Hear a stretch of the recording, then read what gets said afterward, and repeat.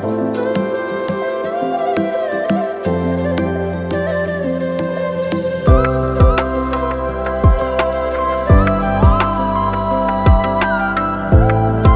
Morning friends, welcome back to my channel three world. सुबह सुबह मैं उठ गई हूँ पढ़ाई करने के लिए। हर सुबह बस इसी सोच से उठती हूँ कि एक सुबह तो ऐसी ज़रूर आएगी जिस दिन मेरे सारे सपने हकीकत बन जाएंगे। पर हाँ, मेरे सपने और मेरे बीच अभी बहुत दूरी है, पर उस दूरी को हर दिन पढ़ाई कर करके मैं कम करने की कोशिश कर रही हूँ।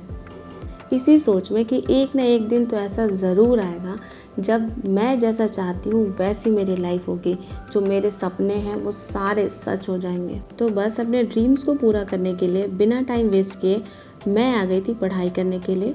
और आज फर्स्ट स्लॉट में मैं बना रही हूँ एक मॉक टेस्ट। और आज से मेरा रूटीन यही है कि मैं हर दिन सुबह उठकर एक मॉक सॉल्व करूँगी। और सुबह सुबह ना अगर आप मॉक सॉल्व करेंगे तो आपका माइंड एक्टिव हो जाता है, साथ ही साथ आपकी नींद एकदम गायब हो जाती है। क्योंकि जब हम मॉक सॉल्व करते हैं तो हमारा दिमाग उसमें इन्वॉल्व होता है। तो मुझे तो सुबह का टाइम बेस्ट लगता है मॉक सॉल्व करने के लिए। आप में से बहुत लोग पूछ रहे थे कि दी आप कौन से बुक से मॉक सॉल्व कर रही हो। तो मैं किरण पब्लिकेशन की बुक से मॉक सॉल्व कर रही हूँ और ये वॉल्यूम 2 है, जिसमें एक क्वेश्चन के 5 ऑप्शंस दिए हुए हैं। मैंने मॉक सॉल्व करने के लिए 2-3 प्रैक्टिस सेट लिया था मार्केट से, बट सबसे अच्छी मुझे किरण पब्लिकेशन की ही बुक लगी। तो इसीलिए मैं किरण पब्लिकेशन की बुक से ही मॉक सॉल्व करती हूँ। तो फाइनली मेरा मॉक टेस्ट जो है वो कंप्लीट हो गया है और अब मैं अपने आंसर टिक करने वाली हूँ। बहुत लोग बोल रहे थे कि दीदी मेरे मॉक में मार्क्स नहीं बढ़ रहे हैं। तो अगर आपके मॉक में मार्क्स नहीं बढ़ रहे हैं तो थोड़ा सा आप बेसिक्स पर ध्यान दीजिए। जो भी टॉपिक आपका गलत हो रहा है उसको मार्क कर लीजिए और उससे रिलेटेड पोर्शन जो है यूट्यूब से देख लीजिए, या कहीं आपके पास कोई नोट्स है या आपने कोई बैच परचेज़ किया है तो आप वहाँ से उसको रिवाइज़ कीजिए और फिर ऐसे ही मॉक देते रहिए। देखिएगा एक दिन आपका भी मार्क्स जो है वो बढ़ने लगेगा। मैंने भी जब शुरू में मॉक देना शुरू किया था तो मेरे नंबर 60 से 65 के बीच ही बनते थे, लेकिन धीरे धीरे अब मेरे मार्क्स इंक्रीज़ हो रहे हैं और अभी जो मेरा रेंज है वो 70 से 80 मार्क्स के बीच में है। और कभी कभी कोई मॉक इजी होता है तो 80 से प्लस भी मेरा मार्क्स चला जाता है। तो आज मेरे टोटल 76 क्वेश्चन सही हुए थे और 20 क्वेश्चन गलत हुए थे। तो इस तरह से मेरे नंबर बन जाते हैं 71। हे फ्रेंड्स, आपने तो देख ही लिया होगा कि मेरे मार्क्स आज आए हैं 71। और आज मेरी मम्मी का स्कूल का छुट्टी है क्योंकि आज मुहर्रम है। तो इसीलिए मैं सोच रही हूँ कि सेट को एनालाइज़ भी अभी ही कर लूँ, क्योंकि अभी मुझे किचन में जाने की ज़रूरत नहीं है और खाना बनाने की भी हड़बड़ी नहीं है। तो अभी ना मैं पूरे सेट को अच्छे से एनालाइज़ कर लूँगी और मिलती हूँ आपसे एनालाइज़ करने के बाद। मेरा मन तो बहुत कह रहा था कि चलो अब तो पढ़ाई हो गई है, अब एनालाइज बाद में करना। और बहुत बार हमारा मन जो होता है ना, हमें इसी तरह से मिसगाइड करता है। देखिए, हमारे अंदर 2 चीज़ हैं, एक हमारा मन है और एक हमारी बुद्धि है। बुद्धि को सब पता है कि हमारी ज़िंदगी के लिए क्या सही है, क्या गलत है, इस टाइम पर क्या करना सबसे ज़्यादा इम्पॉर्टेंट है। ये बुद्धि को हर चीज़ के बारे में पता होता है। लेकिन हमारे पास एक मन भी है जो कि बहुत चंचल होता है और वो हमेशा आपको गलत चीज़ों की तरफ डायरेक्ट करेगा। बुद्धि कहती है कि सही चीज़ करो और मन कहता है कि गलत चीज़ करो। आपने देखा होगा कि हम रात में अलार्म लगाकर सोते हैं कि हमें सुबह उठना है, और सुबह में रात में हम ही वो इंसान होते हैं जो सोचते हैं कि हमें सुबह उठना है, और सुबह उठने के बाद हम ही वो इंसान होते हैं जो कि अलार्म ऑफ करके सो जाते हैं। तो एक्चुअली में देखिए, यहाँ पर मन और बुद्धि का डिफरेंस होता है। बुद्धि आपको सही चीज़ कहेगी, लेकिन मन आपको गलत चीज़ों की तरफ डायरेक्ट करेगा। और हम ना हमेशा अपने मन से हार जाते हैं। आप खुद सोचिए, आप अपने मन से हर दिन हार रहे हैं। सुबह नहीं उठ पा रहे हैं, टाइम टेबल नहीं बना पा रहे, पढ़ाई नहीं कर पा रहे, एक्सरसाइज नहीं कर पा रहे हैं, तो फिर सोचिए कि आप दुनिया से कैसे जीतिएगा। लड़कियों के लिए तो ऑलरेडी समाज ने बहुत सारी प्रॉब्लम्स बनाई हैं, और उसमें से भी सबसे बड़ी प्रॉब्लम पता है क्या है? वो आपका मन है। तो सबसे पहले ना आपको अपने मन से जीतना सीखना होगा, और तब तो आप स्ट्रॉन्ग बनेंगी और तब तो आप फिर समाज को चैलेंज कर पाएंगे। अदरवाइज़ हमारे साथ क्या होता है, बहुत बार हम सोच लेते हैं कि हमें पढ़ना है और हम घर में विद्रोह भी कर देते हैं और बाद में हमारा ही मन हमें धोखा दे देता है। वो मन जो एक टाइम पे बहुत ज़्यादा डिटर्मिन्ड हो जाता है कि हाँ हमें पढ़ना है, कुछ करना है, और जब हम सबके सामने अपनी बात एक्सप्रेस कर देते हैं उसके बाद हमारा ही मन बदल जाता है। हम ही अपने बात से बैकआउट कर जाते हैं और सोचने लग जाते हैं कि अरे चलो ठीक है, इतना पढ़ने की क्या ज़रूरत है, आगे बढ़ने की क्या ज़रूरत है, यहाँ भी तो मैं सेफ़ ज़ोन में हूँ। तो मन यही है, मन को केवल सेफ़ ज़ोन चाहिए। उसको इससे कोई फ़र्क नहीं पड़ता है कि आपकी ग्रोथ होगी या नहीं होगी।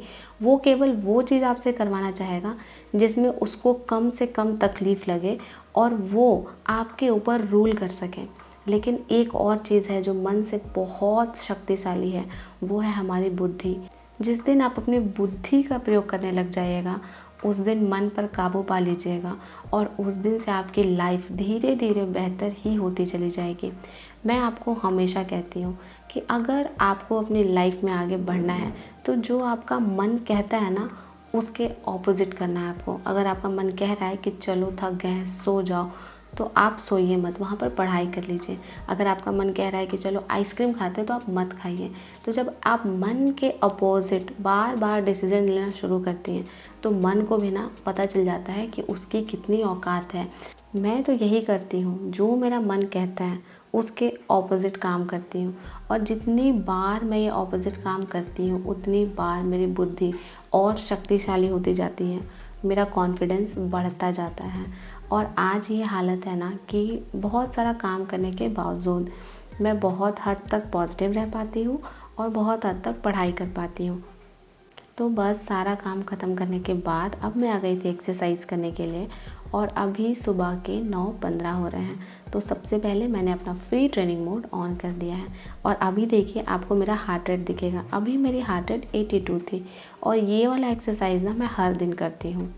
ये जोआना शो का वॉकिंग वर्कआउट है। ये मुझे ईजी लगता है, इसमें बैठ कर कुछ भी नहीं करना होता या फिर लेट कर कुछ नहीं करना होता है, इसलिए मैं इसे करती हूँ। तो फाइनली मैंने अपना वर्कआउट कंप्लीट कर लिया है और आज मैंने 53 मिनट तक वर्कआउट किया था। साथ ही साथ मैंने लगभग 650 कैलोरीज बर्न किए हैं। अगर आप हर दिन एक्सरसाइज करते हैं ना, तो एक्सरसाइज करने के बाद खाना खाने का मज़ा अलग हो जाता है। मीन्स कि एक्सरसाइज करने के बाद भूख बहुत ज़ोर से लगती है, तो खाना खाने में इंटरेस्ट बढ़ जाता है। खाना खाने के बाद मैं सीधे लग जाऊंगी पढ़ाई में, और सुबह के 11:07 हो रहे थे और अभी मैं अपना सेकंड स्टडी स्लॉट शुरू करने जा रही हूँ। तो सेकंड स्टडी स्लॉट में मैं स्पीडी की बुक से बिहार जीके पढ़ूंगी, क्योंकि ना आज सेट में मेरा बिहार जीके का एक क्वेश्चन रॉन्ग हो गया था। तो मैंने सोचा कि चलो बिहार जीके को 2 घंटे में जल्दी जल्दी रिवाइज़ कर लेते हैं। बिहार जीके में मैंने बहुत ज़्यादा डेप्थ में नहीं पढ़ा है। अगर आप बोलेंगे तो मैं नेक्स्ट वीडियो में आपको टॉपिक्स बता दूंगी कि मैंने कौन कौन से टॉपिक को कवर किया है।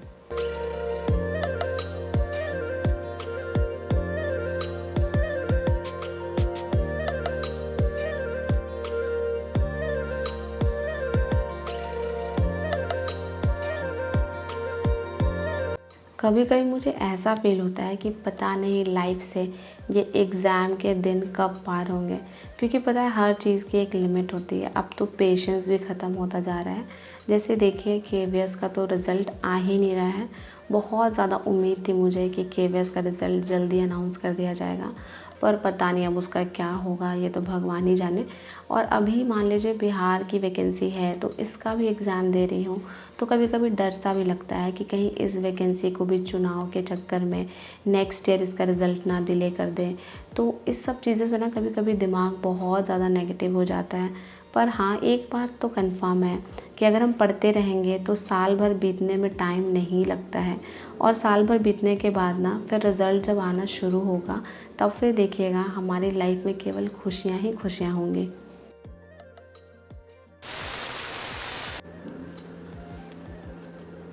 हे गाइस, दोपहर के 2:05 हो गए हैं और अब मैं अपना थर्ड स्टडी स्लॉट शुरू करने जा रही हूँ। तो थर्ड स्टडी स्लॉट में मैं पढ़ने वाली हूँ ज्योग्राफी। मैंने आपको कल की वीडियो में बताया था कि अपवाह तंत्र में मैंने ज्योग्राफी का केवल गंगा नदी कंप्लीट किया था। अभी बहुत सारी नदियाँ बाकी हैं, तो अभी मैं उनको लर्न करूँगी और उनका ड्रेनेज सिस्टम अच्छे से पढ़ लूँगी।